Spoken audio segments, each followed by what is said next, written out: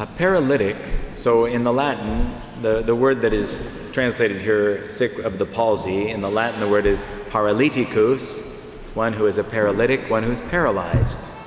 So a paralytic is one who is partly or wholly incapable of movement.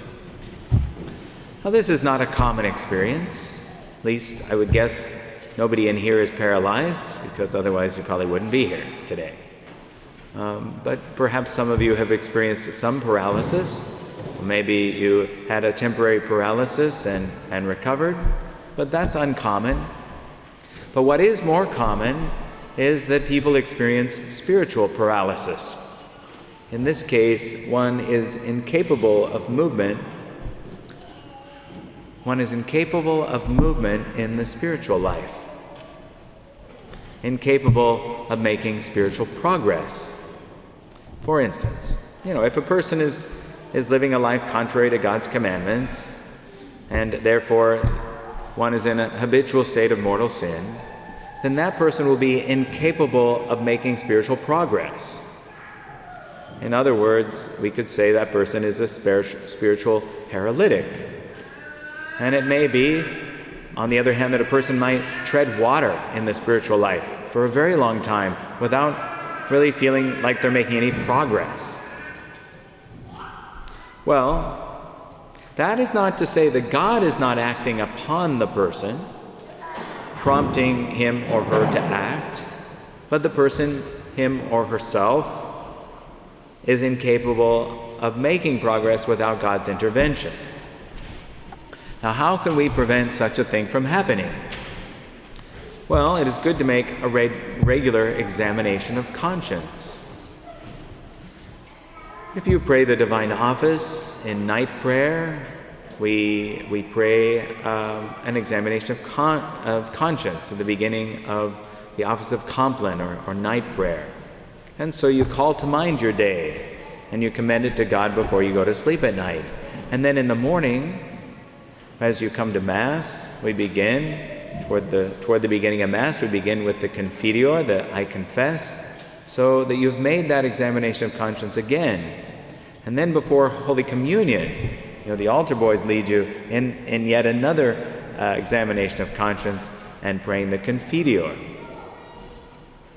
So this is a daily thing that you would do if you are frequenting the church and the church's prayers, going to Mass.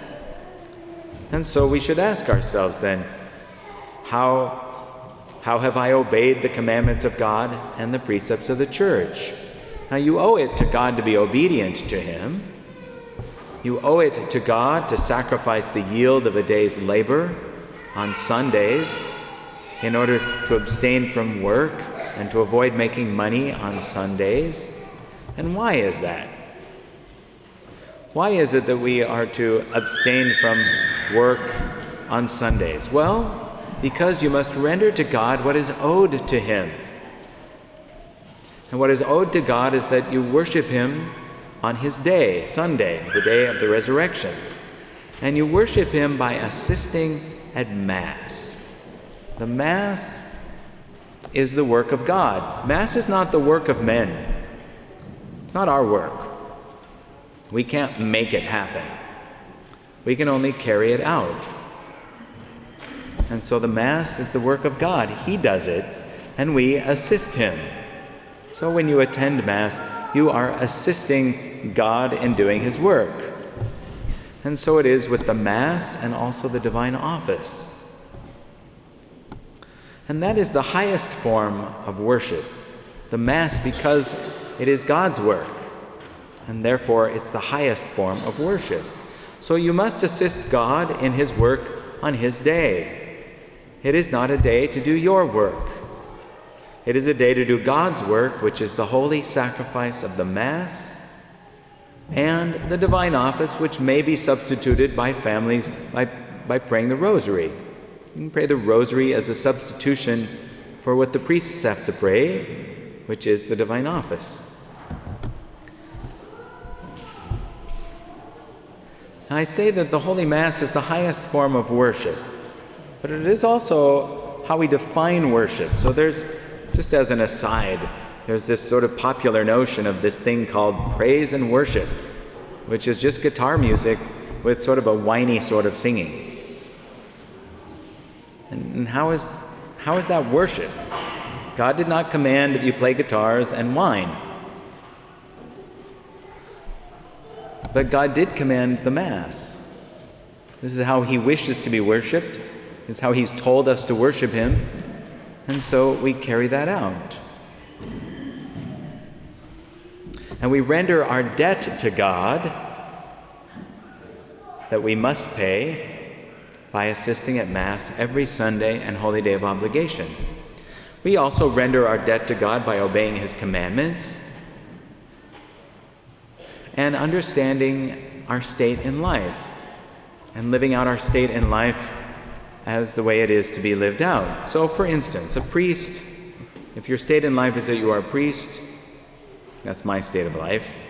So a priest must render to God his debt to God by praying the divine office and saying Mass every day. So praying the divine office, which would be lauds, vespers, compline, etc., which we chant here every day, lauds and vespers.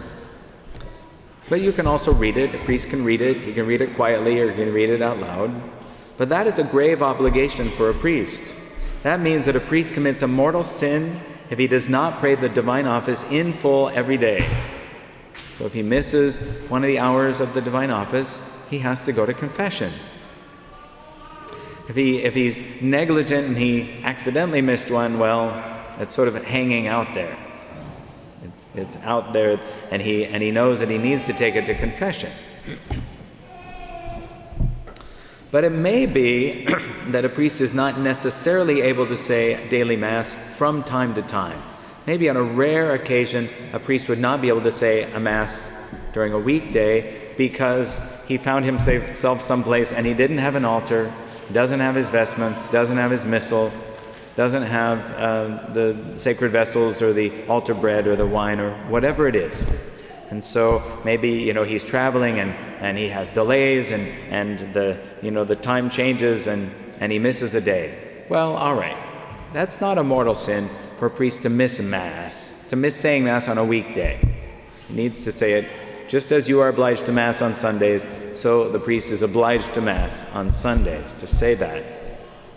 And he should say Mass every day. If he were negligent in doing so, then that would be something that he should take to confession.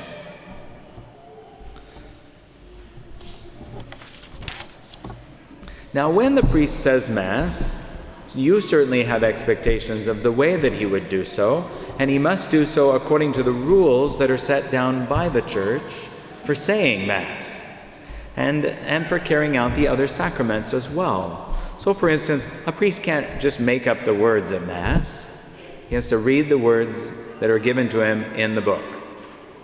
And a priest can't just make up his own rituals. He has to say the act of absolute. He has to give the absolution according to the sacramental formula that is given to him. He can't just make up something else. He can't make up different words of consecration. He has to follow the rules. And if a priest were to violate those things, well, you would be scandalized. You would be up in arms if a priest came in and he wasn't vested properly. Or if he didn't use an unleavened bread for the host. Or if he started making things up, you would be bothered. You would be scandalized. You would be up in arms, and rightfully so. Just as you would be up in arms if you found out that the man hearing your confessions wasn't actually a priest. Maybe some of you heard of that case years ago, and there was a movie made of that. This man who posed as a priest and heard confessions, and he wasn't a priest. Well, that's what's called sacrilege. Sacrilege is when a priest violates what he is supposed to be doing in the celebration of the Mass or sacraments, but also if somebody would pose to be a priest who's not a priest. You should be up in arms about that. But what about people who sin against the sixth commandment because they are not married. Somebody who is not married, who's posing as one who is, and acting as though he or she is married by violating the sixth commandment. Well, that also is sacrilege. We should be up in arms about the very thought that such a thing could ever happen. But how common is that one sins against the sixth commandment? Consider how many people live together outside of marriage. Consider how many people treat the marital act as though it were mere recreation, using contraception and following it up with abortion, and even married couples doing so, which is a huge sacrilege. Shutting God out of their married life, shutting God out of their relationship. Well, that is a sacrilegious act. It's a sacrilegious act for those who are not married to act that way. And if a married couple, let's just say they don't follow the rules that are set down, well, it is a scandal, and it is a scandal in the eyes of God and a sacrilege. Well, these are all examples of mortal sin. Now, on the other hand, those who are married must render their debt to God, just as all of us must render our debt to God by assisting at Mass every Sunday. But those who are married must also render their debt to one another, to their spouses.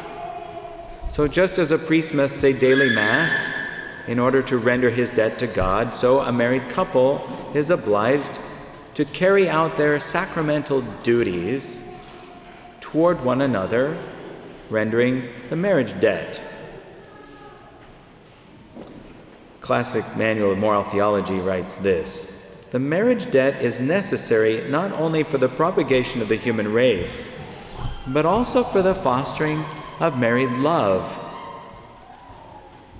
Now, the married couple cannot expect to remain close, nor to make progress in their spiritual life as a married couple, if they neglect to render the marriage debt to one another. Moral theology teaches that this is a grave matter, which means that if this is not rendered, it is a mortal sin. Now, what is common among many married couples is that they put the children first, and that is an error. The children do not come first in a marriage. The spouse comes first in a marriage. Wives must submit to their husbands in all things except sin. A wife may never submit to something that is sinful. But that submission is what makes a happy marriage. Now remember that a sacramental marriage is one in which God is the primary spouse. God is the primary spouse of a sacramental marriage. And husband and wife are married together to God. And so rendering the marriage debt is something that you owe to God. And that is why it is a source of sacramental grace for married couples, sanctifying grace for married couples. But in order for it to be a source of sanctifying grace, then it must be acted out in a sacramental way, obedient to the rules set down by God through the natural law as well as by the moral law. A marriage can become paralyzed when the spousal rights of God are ignored or refused. The spousal rights of God are owed to the spouse. How many marriages are paralyzed? How many marriages are not able to move forward and make progress in the spiritual life? How many are rendering their debt to God by going to Mass, but not to one another? There must be both. Now, how about those who are not married? So I've talked about the priestly vocation and the married state of life. And now what about those who are not married?